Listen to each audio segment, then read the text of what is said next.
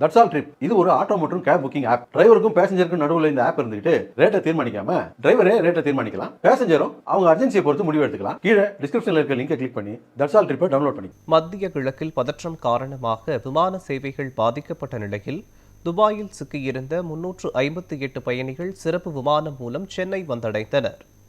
துபாயில் சிக்கியிருந்த குழந்தைகள், பெண்கள் உட்பட 358 பயணிகள் சிறப்பு விமானம் மூலம் சென்னை வந்தடைந்தனர். ஈரான் மற்றும் இஸ்ரேல் இடையிலான போர் பதற்றம் காரணமாக மத்திய கிழக்கு நாடுகளில் விமான சேவைகள் நிறுத்தப்பட்டன. இதனால் துபாய், பஹ்ரைன், அபுதாபி, சார்ஜா, கத்தார், குவைத், மஸ்கட் உள்ளிட்ட நகரங்களில் பலர் சிக்கினர்.